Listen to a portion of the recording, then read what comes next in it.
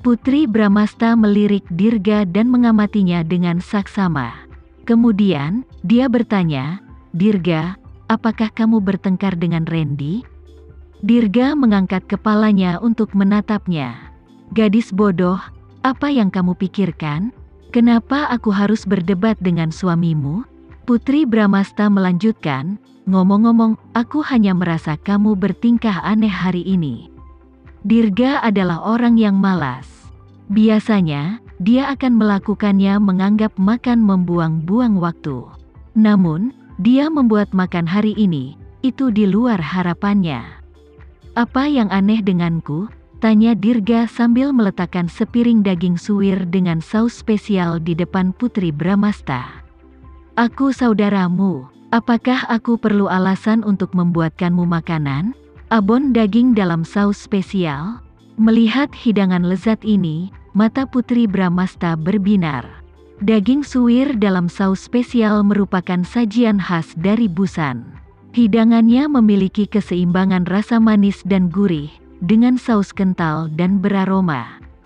Rasanya sangat unik. Putri Bramasta hanya membutuhkan bahan sederhana, itu hidangan umum untuk keluarga di Busan. Itu juga hidangan yang selalu dibuat Ibu Putri Bramasta. Alasan mengapa Ibu Putri Bramasta sering menyiapkannya adalah Putri Bramasta sangat menyukainya. Dan alasan kenapa Putri Bramasta menyukainya, masakan yang dibuat ibunya enak. Setiap kali ada hidangan ini di atas meja, Putri Bramasta selalu bisa makan semangkuk ekstra. Melihat mata Putri Bramasta berbinar, Dirga berkata sambil tersenyum, "Aku tahu kamu sangat menyukai hidangan ini. Aku telah menghabiskan beberapa jam dan menguji berkali-kali untuk membuat produk akhir ini. Cobalah dan lihat apakah rasanya enak. Jangan bicara soal rasanya. Tindakanmu menyiapkan hidangan ini saja sudah cukup manis." Putri Bramasta mengambil beberapa dan memasukkannya ke dalam mulutnya. Daging suwir meleleh begitu dia memasukkannya ke dalam mulutnya. Itu harum dan lembut di setiap gigitan. Putri Bramasta sudah lama tidak merasakan rasa nostalgia seperti itu. Dalam ingatannya, hanya ibunya yang bisa membuat masakan itu terasa seperti ini. Ketika dia meninggalkan Busan untuk datang ke Jakarta, Putri Bramasta pergi ke beberapa restoran Busan di kota untuk mencoba daging suwir mereka dengan saus khusus setiap kali dia melewatkan hidangan itu. Namun, dia tidak pernah bisa menemukan rasa nostalgia ini. Sama seperti dia mengira dia tidak akan pernah lagi mencicipi masakan ibunya, saudara laki-lakinya, yang belum pernah memasak masakan apapun sebelumnya, mampu menciptakan kembali rasanya. Sambil makan daging, dan menikmati rasa yang sudah lama dia rindukan, Putri Bramasta memikirkan ibunya yang telah meninggal beberapa tahun yang lalu, dan air mata menggenang di matanya. Melihat Putri Bramasta hendak menangis, Dirga berkata dengan cemas, "Ada apa? Apakah rasanya tidak enak? Jangan dimakan kalau begitu. Kamu sudah dewasa, jangan menangis di depanku." Putri Bramasta menggelengkan kepalanya. Dengan air mata berlinang, dia malah tersenyum dan berkata, "Kakak, rasanya tidak enak sama sekali, malah enak sekali." "Mengapa kamu menangis jika ini sangat lezat?" Dirga memutar matanya dan berkata, "Jika ayah melihatmu seperti ini, dia akan mengira aku telah menggertakmu." Putri Bramasta berkata, "Aku hanya memikirkan ibuku.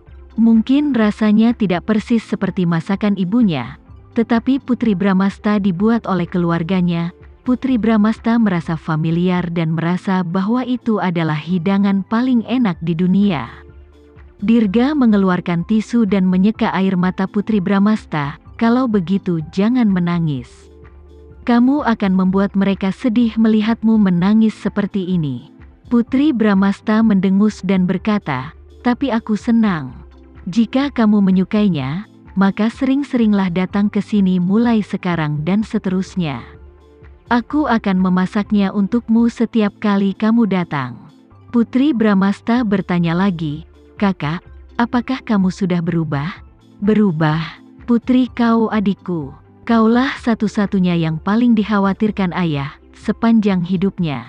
Ayah mereka seharusnya menjemput Putri Bramasta dan ibunya setelah menyelesaikan tugas terakhirnya, tetapi dia tidak pernah kembali lagi setelah dia pergi. Sambil berbicara, Dirga mengangkat kepalanya dan melirik ke pintu ruang kerja.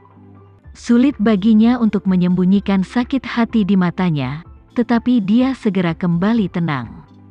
"Kakak, bisakah kamu ceritakan lebih banyak tentang ayah?" Putri Bramasta sangat ingin tahu lebih banyak tentang ayah mereka. Ayahnya bisa membuat ibunya sangat mencintainya. Putri Bramasta percaya bahwa dia harus menjadi seseorang yang luar biasa.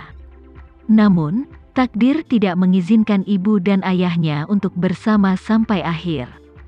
Dia tidak memiliki kesempatan untuk melihat ayah kandungnya sama sekali. "Ayah kita adalah orang yang sangat baik dan luar biasa. Dia mencintai pekerjaannya. Dia menghormati istrinya dan memuja anak-anaknya. Baik itu orang yang dia kenal atau orang asing, dan terlepas dari posisi mereka, dia akan memperlakukan semua orang dengan setara. Ayah pernah berkata kepadaku, hidup itu singkat, jadi kita harus hidup dalam kebenaran dan tidak berbuat dosa. Dalam hatiku, dia adalah seorang pahlawan." Berbicara tentang ayahnya, Dirga menghela nafas panjang, dan pikirannya melayang jauh ke kejauhan. Ibu Dirga sendiri dan ayah mereka dipersatukan kepentingan keluarga. Tidak ada cinta di antara mereka, tetapi mereka rukun setelah menikah, dan ayahnya masih sangat menyayangi ibunya. Kasih sayang ayahnya kepada ibunya bukanlah cinta sejati, tetapi dia memenuhi kewajibannya sebagai seorang suami dan merawat istri dan anaknya dengan penuh perhatian. Pendapat ibunya tentang ayahnya juga sangat tinggi. Dalam kehidupan singkat ibunya, yang paling dia hargai adalah kebersamaan dan perhatian ayahnya. Jika itu untuk orang lain, menikah dengan orang yang tidak dia cintai, yang juga menderita penyakit, orang itu mungkin tidak merawatnya dengan baik sampai dia meninggal, seperti yang dilakukan ayah mereka. Di hati Dirga, ayah mereka adalah pahlawan sejati, orang yang mengutamakan orang lain. Dia tidak pernah melakukan apapun tanpa hati nuraninya. Tetapi tidak ada yang mengira bahwa ayah mereka akan menemui akhir seperti itu. Dia meninggal dalam kecelakaan mobil, tubuhnya cacat parah. Pada akhirnya, Dirga hanya diberi sekantong tulang dari lokasi kecelakaan, dan menguburkannya untuk mewakili ayahnya. Ayah juga pahlawan di hatiku. Mendengarkan Dirga berbicara tentang ayah mereka, Putri Bramasta mengatupkan bibirnya dan tersenyum lembut.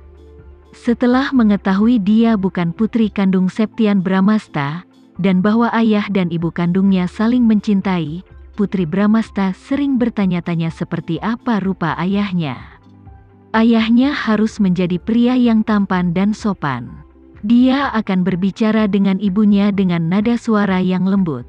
Putri Bramasta tidak pernah mendapat kesempatan untuk bersama ayahnya, dan tidak tahu seperti apa ayahnya. Jadi dia membayangkan segala sesuatu yang baik tentang seorang ayah dan menggabungkannya menjadi ayahnya sendiri. Dirga telah mengatakan sebelumnya, bahwa ayah akan pergi ke rumah Bramasta untuk menjemput ibunya dan Putri Bramasta setelah tugasnya. Tapi ayahnya mengalami kecelakaan. Ketika kecelakaan itu terjadi, dia harus memikirkan ibunya dan dia. Dia pasti tidak berdaya. Putri Bramasta dia tidak bisa melakukan apapun untuk cinta dalam hidupnya dan putri mereka. Putri Bramasta bisa berempati dengan apa yang dirasakan ayahnya saat itu. Putri Bramasta dia pernah mengalami pengalaman yang sama sebelumnya. Suatu kali, dia berbaring di meja operasi dingin, menyaksikan anaknya dikeluarkan dari perutnya, dan dia tidak bisa berbuat apa-apa untuk menghentikannya. Putri Bramasta, jika suatu hari ayah kembali kepadamu, tetapi dia menjadi tidak dapat dikenali, apakah kamu bersedia untuk berdamai dengannya? Tiba-tiba, Dirga mengajukan pertanyaan hipotetis kepada Putri Bramasta. Dia ayahku. Tidak peduli bagaimana dia berubah, dia tetap ayahku. Mendengar pertanyaan ini, Putri Bramasta berkata tanpa berpikir. Namun, dia segera menyadari bahwa ayahnya telah meninggal bertahun-tahun yang lalu dan tidak mungkin dia kembali ke sisinya. Dia bergumam pada dirinya sendiri, "Aku tidak berani berharap ayah itu, yang meninggal lebih dari 20 tahun yang lalu, masih bisa kembali ke sisiku."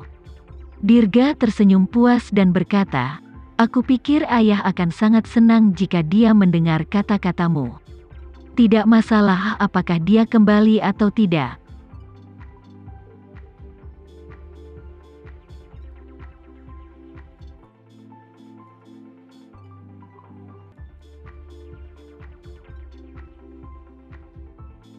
Sekian dulu ya video kali ini, kita lanjutkan lagi videonya di lain waktu. Oh iya, bagaimana menurut kalian? Semoga bisa sedikit menghibur kalian semua. Untuk teman-teman yang baru nonton, jangan lupa subscribe ya, hehehe. Dan kalau teman-teman ada yang ingin gabung langganan, bisa langsung gabung saja untuk dapat fitur yang menarik dan sedikit membantu Mimin. Terima kasih banyak sudah menonton, sampai jumpa lagi, bye.